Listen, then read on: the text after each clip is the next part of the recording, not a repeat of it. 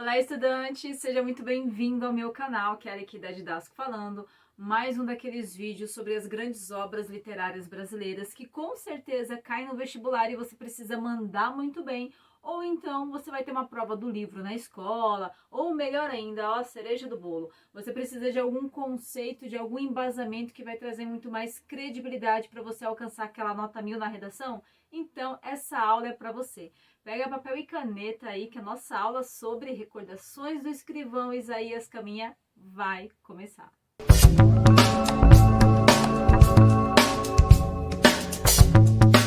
E antes de começar a nossa aula, eu quero te dar recadinhos importantes. Primeiro de tudo, inscreve-se no canal que de segunda a sexta-feira tem material assim, organizado, caprichado, resumido, de forma simples e objetiva para você ter informação, ter conhecimento de forma organizada e direta. É aqui mesmo que você encontra, tá? Então vai lá, já dá um joinha nesse vídeo, já se inscreve no canal. Segundo recadinho muito importante, tudo que você vai ver nessa aula faz parte do nosso curso de redação, isso aí. Aqui no link da descrição ou então no link da bio, clica lá que você vai direto para o nosso curso de redação, isso aí.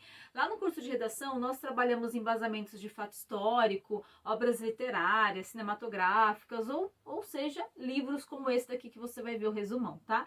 E terceiro e ponto mais importante de tudo isso que você está vendo aqui faz parte da playlist Grandes Obras Literárias Brasileiras, tá bom? Todas organizadinhas. Sabe aquelas obras, aqueles livros clássicos, né? Machado de Assis, Saramago, Guimarães Rosa, enfim, aqueles clássicos que vai cair na prova do livro da sua escola ou então que vai cair na prova do vestibular, todos estão com o nome ali de cada vídeo, organizadíssimo para você dar um clique e ter informação à sua disposição, informação de qualidade, hein? Bom, recadinhos dados, agora sim a gente vai para nossa aula. Pessoal, olha só. A nossa aula aqui sobre o resumo desse livro, ela vai ser dividida em 3 partes, tá? Primeiro, eu vou dar aquelas informações técnicas que a gente fala aqui. O que é informação técnica, Pro? Ah, a sua professora vai querer saber qual é o estilo literário, é romantismo, é modernismo, é classicismo, entende? Qual foi o ano de publicação, qual que é o foco narrativo, enfim, ela quer saber essas informações mais técnicas, tá? Da literatura. Por conseguinte, segunda parte aí, eu vou vir com um enredo, né? Aquela história. Eu quero saber qual que é a essência da história, eu quero saber um pouquinho dessas narrativas, porque a professora vai me perguntar o que acontece nessa história, o que acontece nesse livro. É a segunda parte. E terceira e última parte, muito importante, é aqui que você vai refletir, analisar, anotar para você sair consciente do que trata o livro. Afinal de contas, será que ele vai tratar sobre um tema social, um tema político, econômico, cultural? O que é que esse livro aí, na realidade, ele quer me passar de mensagem? Fez sentido? Bom, então essas são as 3 partes da nossa aula e agora eu vou para a primeira parte aqui, tá bom?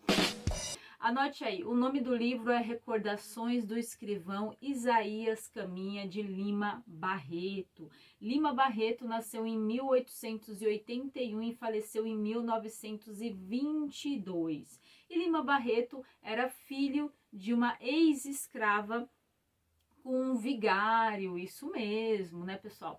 Então, você já vai ver aqui que tem bastante questões culturais, olha só. A gente está falando de 1881, que é antes da abolição da escravatura. A gente está falando que a mãe dele era ex-escrava, a gente está falando que ele é negro, ele vai ser morador de periferia, o Lima Barreto, e também, né, ele é resultado aí, digamos, de uma relação entre uma ex-escrava e um vigário, a igreja, né, alguém representante da igreja, porque a igreja nesse período, ela também tinha bastante poder aí. E ponto importantíssimo aqui para você entender do nosso Lima Barreto, você vai perceber que ele é um garotinho que tem sede de informação, um garotinho que tem sede de conhecimento, um garotinho super estudioso, tá? Porque isso daí, digamos que é um reflexo do pai dele, tá? É como se fosse uma herança ali que o pai dele deixa para ele. A igreja nesse período, pessoal, ela tinha bastante domínio da informação, domínio do conhecimento. Então, o pai dele é visto como alguém culto. Sabe aquele pai, aquele tio, aquele avô, que ele sempre tem conhecimento sobre os grandes fatos históricos, ou então que basta você perguntar para ele: nossa, eu não sei quem foi Getúlio Vargas, e ele te dá uma aula de 10 minutos ali. É mais ou menos isso que era o pai do Lima Barreto. Bom, Agora eu vou vir aqui para a gente falar sobre a parte técnica do livro, tá? O livro é considerado como pré-modernismo, isso daí porque ele foi publicado em 1909 e a Semana da Arte Moderna foi em 1922. Então é um estilo de época antes do modernismo, ou pré-modernismo, 1909, sua data de publicação, tá? A história se passa no Rio de Janeiro e o livro todo é escrito em primeira pessoa. É esse escrivão Isaías Caminha que vai narrar, contar, falar da sua história. Ele vai colocar aí as recordações de vida dele nesse livro. Bom, primeira parte entrega para você, vamos para a segunda parte da aula, onde eu vou falar um pouquinho da história, tá? Da narrativa dessa obra. Isaías Caminha, ele nasceu no interior do Rio de Janeiro, de uma família muito humilde. A mãe dele também era uma ex-escrava e o pai dele era um vigário. Também, você percebe que vai tendo algumas relações bastante semelhantes com esse Isaías Caminha e Lima Barreto, tá? Ah, detalhe, anota aí, por favor, anote aí. O Lima Barreto, ele era um jornalista e escritor. Isso, além de escrever livros, ele também trabalhou em redações de jornais. E você vai entender por que eu dei essa pausa aqui agora para lembrar você disso. Bom, e então ele nasceu no interior do Rio de Janeiro. O pai dele era aquela pessoa que eu te falei, que tinha bastante conhecimento sobre fatos históricos, bastante culto, bastante informação sobre economia, sobre cultura, sobre história, e ele admirava bastante isso no pai dele, né? O pai dele também tinha, assim, aguçava nele uma curiosidade pelo estudo. É como se o pai dele teve um diálogo um dia que estava perguntando sobre quem era Napoleão Bonaparte, e o pai dele falou, olha, foi um general muito inteligente, isso não se pode negar, mas que ele deixou ali grandes conflitos, ele foi bastante polêmico. Ele, um baixinho de 1,65 m, foi um homem que liderou um exército militar e ainda influenciou na história de outros países. Então, o Isaías Caminha ficava ouvindo essas histórias e falando, mas como assim? Era como se aguçasse a curiosidade dele pela informação, pelo estudo, porque o pai dele nunca dava uma informação por completo, sabe? Aquela explicação, aquela explanação. A ideia mesmo era trazer o Isaías Caminha para os estudos. Bom, e lá foi esse garoto. Ao longo da vida dele ele pesquisou bastante, ele estudou bastante. Digamos que ele era mais tímido, mais inocente ali, e toda a energia, toda a dedicação dele era bastante para os estudos. Bom, e ele foi crescendo, ele morava no interior do Rio de Janeiro, informação aí de fato histórico, por isso que é legal a gente conhecer de contexto histórico para falar de uma obra. Aqui nesse momento a capital do Brasil era o Rio de Janeiro, isso, ele morava no interior, e ele sempre ouvia falar dessa capital do Brasil que era muito rica, que estava em pleno desenvolvimento, que lá que a vida acontecia, que lá que as pessoas tinham oportunidade. Então desde garotinho ele já vinha com esse sentimento de que quando eu crescer eu quero ir para a cidade grande, quando eu crescer, eu quero estudar na cidade, eu quero procurar emprego na cidade. E assim foi, tá? Toda a sua adolescência, digamos que esse desejo foi se alimentando cada vez mais. Ele estudava bastante e o pai dele conhecia um deputado Castro. O deputado Castro era um grande influente lá na cidade do Rio de Janeiro, na capital, e que chegou, né? O pai dele chegou a comentar com esse amigo dele, falou, olha, meu filho tem muita vontade de ir para a capital, trabalhar, estudar, é um menino muito dedicado, muito inteligente, e eu tenho certeza que ele não vai te decepcionar. Então, o deputado fez uma carta de recomendação, né?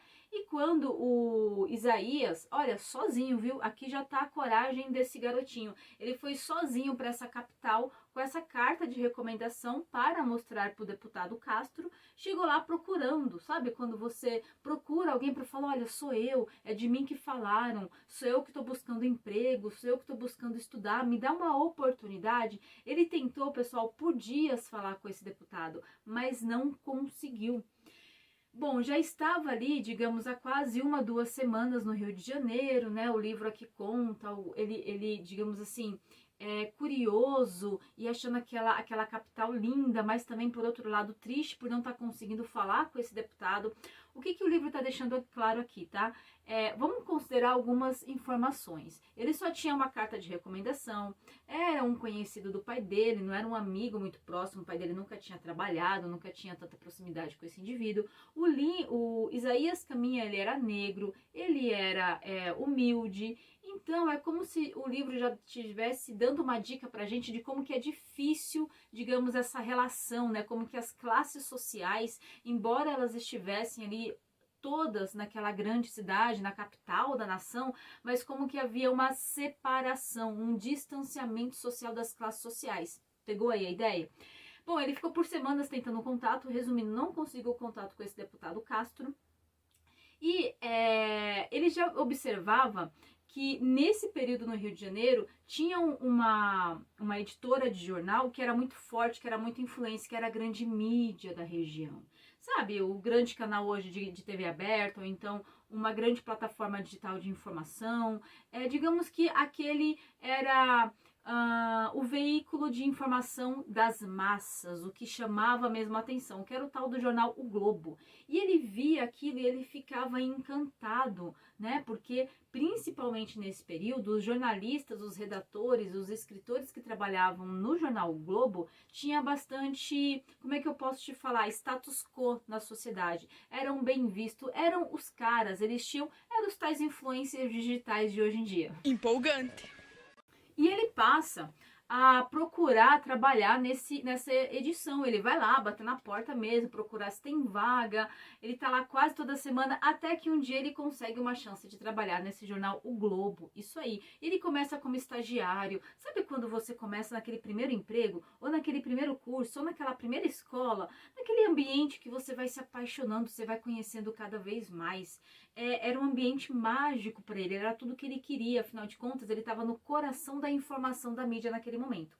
Bom, então ele chegou lá e ele dedicava, hein, garotinho inteligente, garotinho dedicado, culto, com bastante informação, não deu outra. Ele começou a chamar atenção e as pessoas ali gostavam dele. Ele conheceu o Lourenço, que era chamado de Flock, que era um dos redatores ali, digamos que fazia bastante reportagens voltado à elite brasileira e digamos que, como é que eu posso te falar assim, ele elaborava ali redações, textos que eram um certo elogios à elite brasileira. Você entende? Sabe quando você abre o jornal, abre uma revista, abre lá um site e você vê falando de uma empresa que o João Lourenço de Albuquerque abriu e que aquilo está formando e ofertando novos empregos. Sabe, quando a elite faz alguma coisa, quando a elite ela promove alguma expansão da economia e que isso de certa forma é bom para a economia, é bom para a população, era mais ou menos isso. Ele buscava fazer bastante matérias que elogiava e que dava espaço para a elite brasileira, você entende aqui? Então ele era bastante quisto pela elite, tá? Bom, e ele sabia como manejar isso, sabe? É como se o que você faz, o que você produz, a elite gosta, então você sabe também manter essa elite dependente de você, manter essa elite simpática contigo, você sabe agradar ela, porque na realidade você quer controlar essa elite. É mais ou menos isso daqui, tá? É como se cada vez que alguém fosse da elite promover algo importante na sociedade, sabia que tinha que procurar o Lourenço, porque o Lourenço ia elaborar uma matéria e a matéria do Lourenço ia chamar a atenção das pessoas, e chamando a atenção das pessoas ia dar mais visibilidade para o negócio da elite. Fez sentido aí? Bom, voltando ao raciocínio. Ele também conheceu o Loreban. O Loreban era o diretor do jornal. O Loreban, ele fazia bastante matérias sensacionalistas. Quem é que não liga de vez em quando lá a televisão ou ouve num canal, num jornal, tá passando lá na casa do tio, da vizinha tal, e ouve aquele jornal da tarde que tá falando de grandes crimes, da criminalidade, aquele sensacionalismo, ou então aos domingos. É mais ou menos isso que era a tira do espaço ali, né, jornalístico desse diretor. Então ele já foi percebendo que as pessoas, na realidade, elas utilizavam, elas manejavam, elas sabiam manipular a informação. Você entende aqui? Elas sabiam como pegar ali, de repente, um fato muito tranquilo e, como é que eu posso te falar? Te dá muito mais audiência para aquilo, dá muito mais efeitos alarmantes para aquela informação. E nisso você tinha público e nisso você tinha mais espaço na mídia. Tendo mais espaço na mídia, você como redação era importante, era uma das maiores, né? Todo mundo sabia que se precisasse alardear alguma coisa tinha que procurar o jornal O Globo, todo mundo sabia que o jornal O Globo era que tinha ali mais assinantes, bom, e era assim a vida dele, tá? Ele, digamos que saiu daquele rapazinho humilde ali, mais introvertido, mais tímido, para alguém que entendeu como que a máquina funcionava, para alguém que andava também nesse jogo. Até que um dia, pessoal, o que aconteceu? Tava ele lá na redação, né? Mais um dia normal, e o Lourenço, o Flock, tava com dificuldade de elaborar uma das matérias. E sabe aquela pressão de ter que produzir algo, de ter que produzir o trabalho, senão você corre o risco de ser desmentido, senão você já não é mais bem quisto naquele lugar, senão você cai em decadência, você já não produz tão bem? Era mais ou menos isso, tá? Bom, então o Flock estava lá desesperado, algumas semanas não conseguindo, ele já estava num nível de estresse muito grande, até que esse nível de estresse chega a fazer com que o Flock tire a própria vida, exatamente. Aí, quem chega lá na redação no momento, e olha, isso foi no ambiente de trabalho, tudo ali, tá? De repente, chega lá o Isaías, vê aquela situação, ele fica ali assustado com aquilo, e ele sai correndo buscar o Lourenço, sim, o diretor do jornal. Quando chega lá, o Lourenço tá com uma amante no meio do escritório. E a partir daquele dia, digamos que o Lourenço sabia que o Loreban, que era o diretor, sabia que ele dependia do segredo que o Isaías guardasse, que era essa amante. Era como se agora quem tinha o chefe na mão era o jornalista, era o Isaías, porque ele tinha esse segredo. E olha, nem partia dele querer contar para ninguém não, tá? Mas o chefe dele tinha tanto medo disso que começou, digamos assim, a dar novo cargo, novo espaço. Tinha uma coluna lá que falava sobre o ambiente militar naquele período, né? Porque era um período que o assunto militarismo no Brasil e as forças militares, elas eram benquistas, elas eram bastante importantes, elas tinham bastante imponência, entende aqui? Muito mais do que hoje. Se hoje já tem, imagine o brilho que isso tinha naquela época. Bom, e quem vai escrever agora essa coluna sobre isso daqui? Exatamente, o Isaías Caminha, porque agora o diretor lá do jornal achava que tinha que estar tudo na mão dele para manter ele ali, digamos assim, sabe, simpático, agradar ele para que ele não contasse esse segredo. Bom, o Isaías Caminho, ao invés de ele entrar nisso e ficar feliz, ele vai percebendo o quanto que aquele ambiente, ele é cheio de falcatruas, ele é cheio de, sabe, é como se tivesse um rabo preso com o outro, sabe? Um dependendo de favor do outro, e aquilo vai cada vez mais desanimando ele.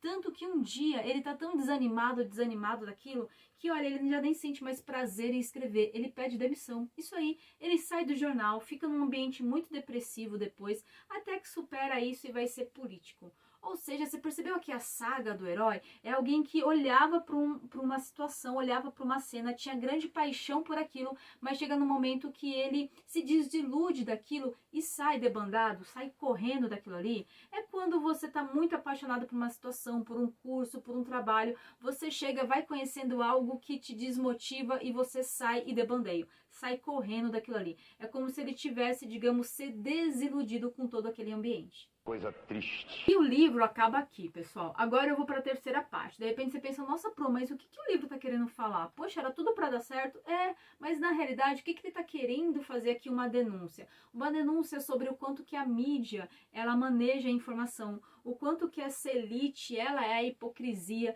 Na realidade, quem tava ali, o que ele tá querendo falar, né? Que todos esses redatores, que esse jornal, que essa redação, ela não tava ali apaixonada pela ideia de contar histórias, de dar informação, de transformar essa informação, digamos, numa obra de arte que era um jornal. Não, a ideia não era isso. Era simplesmente trazer público, nem que para isso precisasse dar mais sensacionalismo, aumentar. E o quanto, digamos, que esse chefe dele, que ele até admirava, o quanto que as pessoas, elas te manipulam, te manejam. Ele estava triste ali porque ele falava, será que eu sou merecedor desse cargo ou será que eu estou tendo esse cargo apenas pelo medo do meu chefe aqui de que eu conte para todo mundo que eu vi? Você entende? Será que eu não tenho esse valor então? Será que eu não tenho esse compromisso, essa responsabilidade, essa capacidade de realmente ser esse cronista? Eu estou apenas sendo por um mero favor que ele está fazendo para mim. Então, digamos que ele foi se desiludindo com toda essa hipocrisia da elite. Além disso, você tem a questão do racismo, que é falada no início da aula.